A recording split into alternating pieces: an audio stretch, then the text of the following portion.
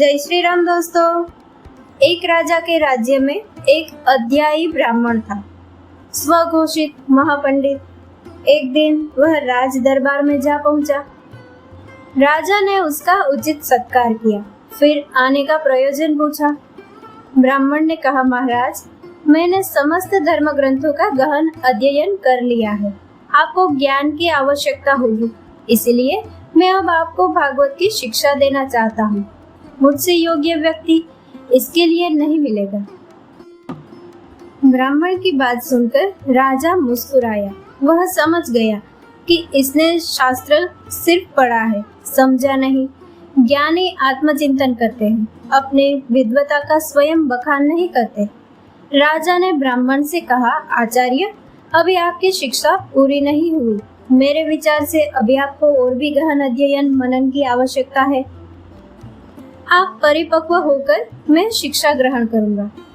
राजा की बात ब्राह्मण को अपमानजनक लगी। उसने सोचा कि यह राजा तो निपट मूर्ख है, पूर्ण रूप से अज्ञानी।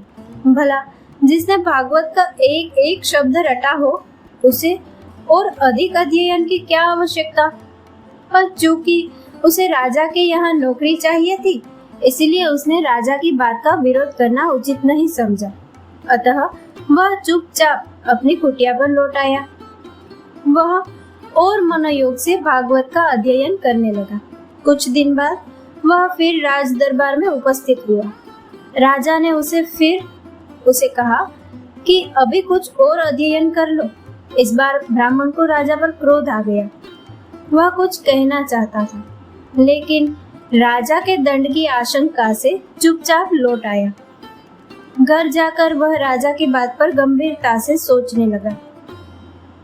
उसके मन में सवाल कुलबुला रहा था कि आखिर क्या बात है जो राजा बार बार बड़े विश्वास के साथ कह देता है कि अभी और अध्ययन करो। जब उसे कुछ समझ में नहीं आया तो वह पहले से भी अधिक मनोयोग से अध्ययन करने लगा।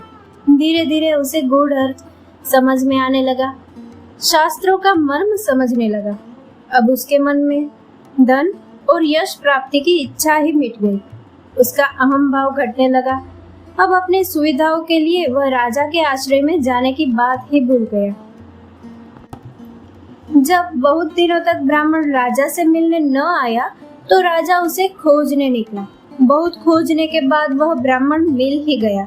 ब्राह्मण तो अब धन और यश के मोह से मुक्त था। राजा भी ज्ञानी था, उसने भी भांप लिया। राजा ने प्रणाम करते हुए कहा, आचार्य, मैं आपका शिष्य बनने आया हूँ।